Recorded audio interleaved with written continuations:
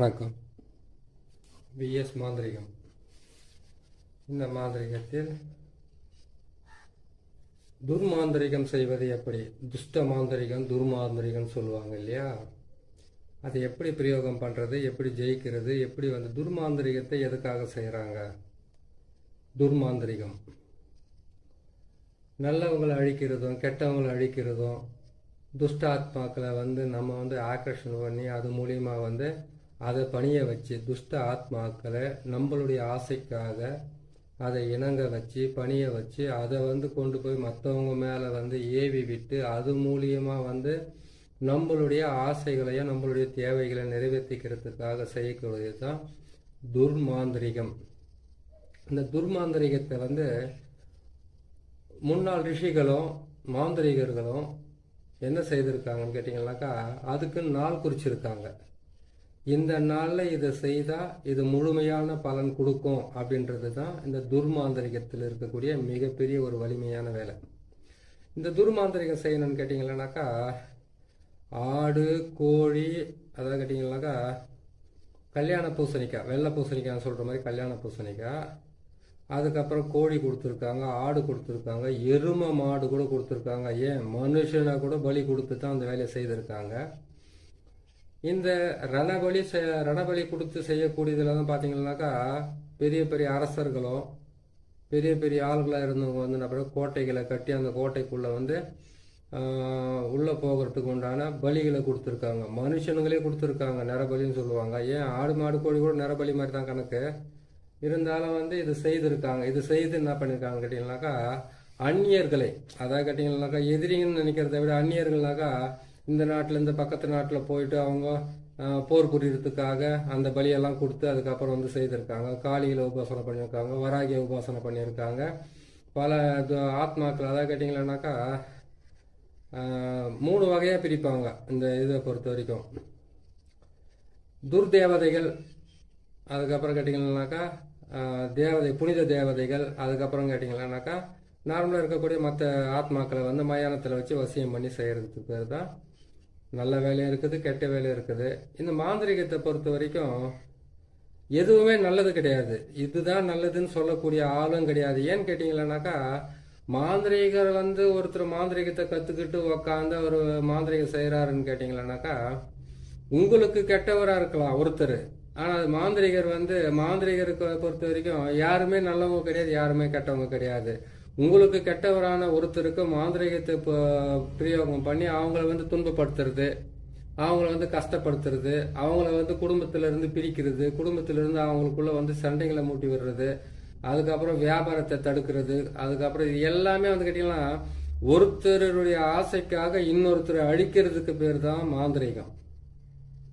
இந்த மாந்திரிகத்தை எப்படியெல்லாம் பிரயோகம் பண்ணாங்க, எப்படியெல்லாம் செய்தாங்கன்றத மாந்திரிகன்றத கெட்டது தான், நல்லதே கிடையாது. நல்லதுன்னு கேட்டீங்கன்னாக்கா, ஒருத்தருக்கு ஒரு ஆசை அதை நிறைவேறத்துக்கு மறைமுகமா பிரயோகம் படுத்தக்கூடிய ஒரு வேலை தான் மாந்திரிகம். இதுதான் இதுக்குள்ள இருக்கிற உண்மையான விஷயம். ஏன்னு கேட்டீங்கன்னாக்கா, பாக்குறாங்களேன்றதுக்காக எவ்வளவு வேணாலும் போய் சொல்லணுன்ற அவசியம் எல்லாம் கிடையாது.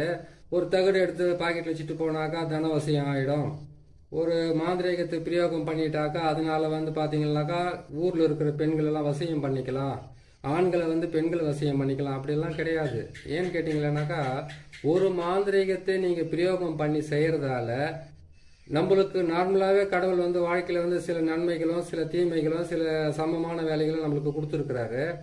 அதுல இருந்து நம்மளுடைய பெரிய ஆசைன்னு சொல்லலாம், இல்ல சின்ன நிறைவேறாத ஆசைன்னு சொல்லலாம், ஒரு பெரிய பெரிய விஷயம் சொல்லலாம். அதுல இருந்து நம்ம அந்த ஆசைகளை நிறைவேற்றிக்கிறதுக்காகவும் நமக்கு தேவைப்பட்ட ஆட்களையோ இல்லை வேற ஏதோ ஒன்று நமக்கு பணிய வைக்கிறதுக்காக செய்யக்கூடியது தான் இந்த அஷ்ட கர்மம் என்னக்கூடிய மாந்திரீக பிரயோகம். இந்த மாந்திரிக பிரயோகத்தில் துர்மாந்திரிகம் அப்படின்ற ஒரு தலைப்பில் எடுத்துன்னு போயிட்டு ஒரு நேரம் பேசின்னு போயிட்டேன். சரி, இது நம்ம சொல்ல வேண்டியது என்னுடைய கடமை, நான் சொல்லிட்டேன்.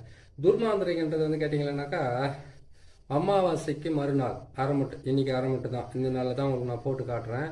ஒவ்வொரு நாளைக்குமே ஒரு மாந்திரிகம் பிரயோகம் பண்ணுறது. நேராக வந்தோன்னு ஒரு மாந்திரிகத்தை கையில் ஒன்று எடுத்துக்கிட்டு ஒரு தகடு ஒன்று எடுத்துக்கிட்டு அதுக்கப்புறம் வேப்பாலை எடுத்துக்கிட்டு செய்கிறது பேர் மாந்திரிகம் இல்லை. ஒவ்வொருத்தரும் வெறும் வேப்பாளிலே அவங்களுக்கு மந்திரத்தை போட்டு அவங்களுக்கு இருக்கக்கூடிய தோஷங்கள் திருஷ்டிகள் அதெல்லாம் விளக்குறது உண்டு. ஒரு சிலருக்கு வந்து பாத்தீங்கன்னாக்கா மிகப்பெரிய மாந்திரிக பிரயோகம் செய்து தான் அவங்க வாழ்க்கையில வெற்றி பெறணுன்றது ஒரு சிலருடைய ஆசைகள். அதே மாதிரி கேட்டீங்கன்னா அதுக்கு தகுந்த தேவையான பொருட்கள்லாம் செய்ய வேண்டியதா இருக்கும். இந்த துர்மாந்திரிகத்தை பொறுத்த வரைக்கும் துஷ்ட ஆத்மாக்களை வசியம் பண்ணி அதை ஏவல் விட்டு அது மூலியமா மற்றவங்களை வசியம் பண்ணி அந்த மற்றவங்களை வந்து நமக்கு பணியை வச்சு என்னாலுமே நமக்காகவே வந்து வாழ்ந்துகிட்டு இருக்கிறதுக்காக செய்யறதுக்காகவும் பணம் பறிக்கிறதுக்காக செய்யறதுக்காகவும்.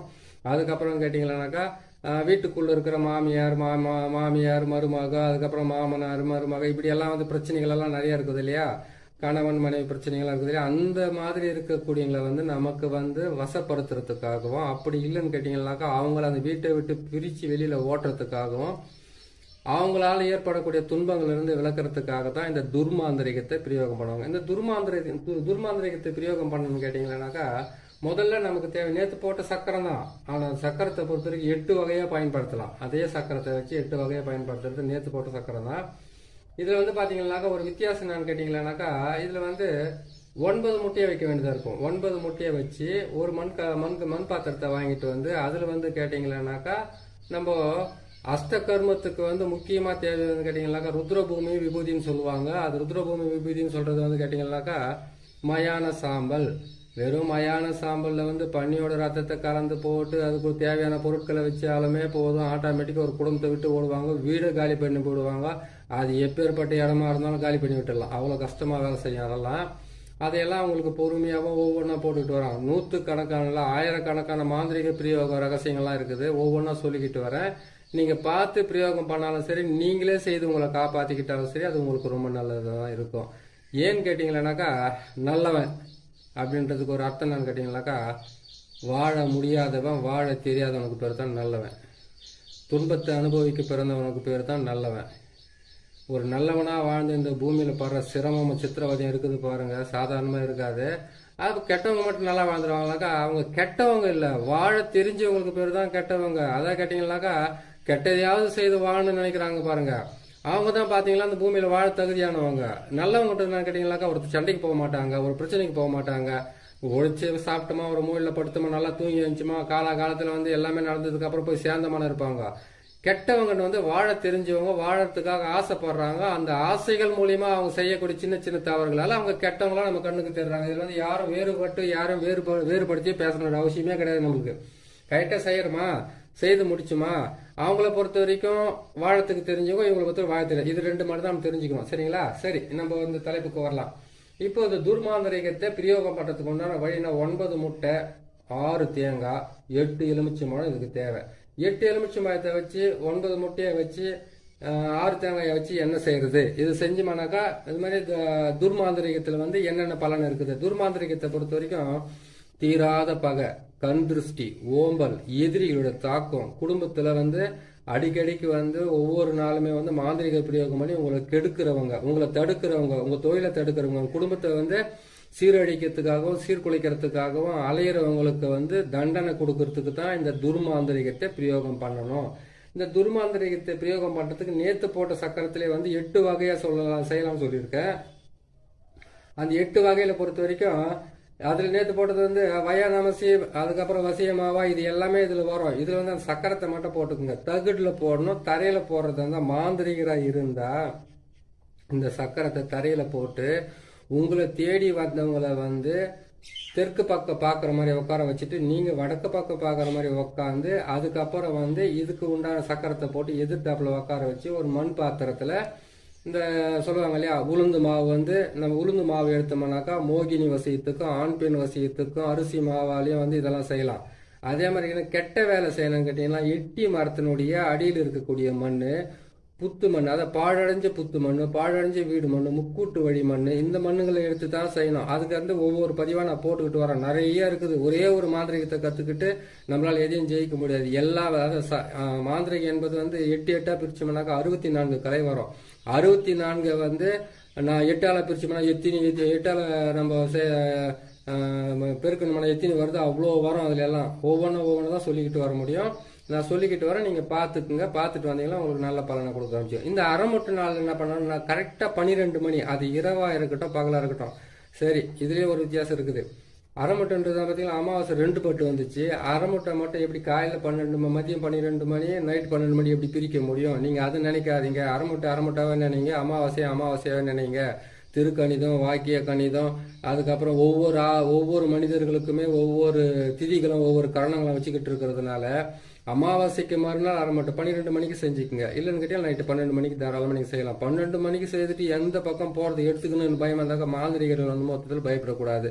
மாந்திரிகம் பிரயோகம் படுத்தின முடிவு பட்டீங்கன்னாக்கா முதல்ல உங்கள் உடம்பை விட்டு போக வேண்டியது பயம் போனால் தான் உங்களால் ஜெயிக்கவும் முடியும். சரிங்க. இந்த 8 9 முட்டையிலேயே என்ன பண்ணீங்க கேட்டீங்கன்னாக்கா நேற்று போட்ட மாதிரி வந்து கேட்டீங்கன்னாக்கா பிறை கோணம், முக்கோணம், பிரம்மனுடைய கோடு என்று நாற்கோணம், அதுக்கப்புறம் ஆகாய வட்டம், அதுக்கப்புறம் கேட்டீங்கன்னாக்கா உங்களுக்கு வாழ்வு சக்கரம் சொல்லக்கூடிய 6 கோணம். இந்த 6 கோணத்தையும் வந்து போட சொல்லிட்டு அதுக்கப்புறம் வந்து பார்த்தீங்கன்னாக்கா இதில் வந்து நான் சொன்னீங்க நாற்கோணத்தை போட்டு 2 பக்கமும் வந்து நீங்கள் இது செய்து போடணும் அப்படின்னு சொல்லியிருக்கிறோம் இல்லையா? நாற்கோணத்தை போடணும், இந்த பக்கம் 2 கோடு, இந்த பக்கம் 2 கோடு சூளம் போட சொல்லிக்கிறேன். இதில் போட்டுட்டு எதிரிகளோட பேர்களை இதில் எழுதுறீங்க.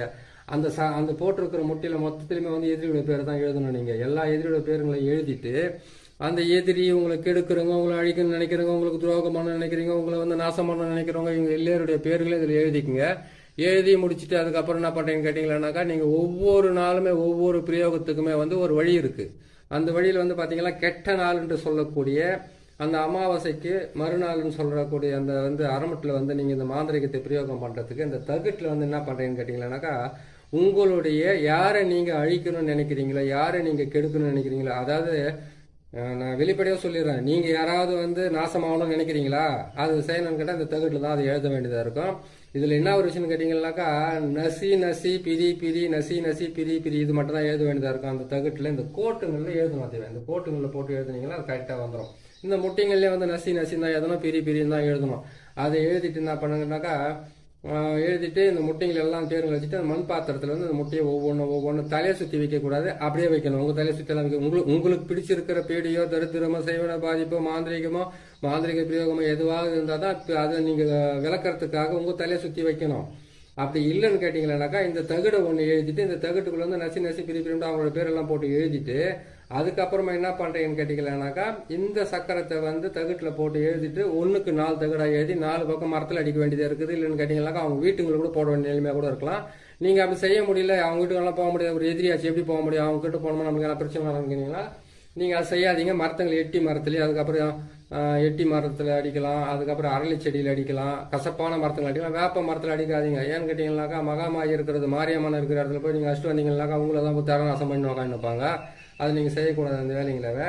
இதை செய்து முடிச்சுட்டு அவங்க பேருங்களை எழுதிட்டு என்ன பண்ணுறீங்க கேட்டிங்கன்னாக்கா நல்ல கற்பூரத்தை வந்து ஒரு 100 கற்பூரம் 108 கற்பூரில் ஒரு 5 பேக்கெட் வந்து வெள்ளை கற்பூரமாக வாங்கிக்கோங்க. சூடம் அதை வாங்கி என்ன செய்கிறீங்கன்னு கேட்டிங்களானாக்கா இந்த இதிலே போட்டுட்டு என்ன பண்ணீங்கன்னா அவங்களோட பேரை போட்டீங்க. இதோடு சேர்த்து வெண்கடுகும் சேர்த்து போட்டுக்குங்க, சாம்பிராணியும் சேர்த்து போட்டுக்குங்க. சேர்த்து போட்டுட்டு இந்த எலுமிச்சை மரத்துலலாம் அவங்க பேரை எழுதிட்டு 4 திசைன்னு சொல்லுவாங்களே, கிழக்கு மேற்கு வடக்கு தெற்கு, இந்த 4 திசையிலுமே வந்து இது என்ன பண்ணுங்க, எலுமிச்சம் பழத்தை வந்து 4 திசையில நசுக்குறீங்க. இந்த சக்கரத்தை போட்டால் கூட அங்கேயே நசிக்கணும்.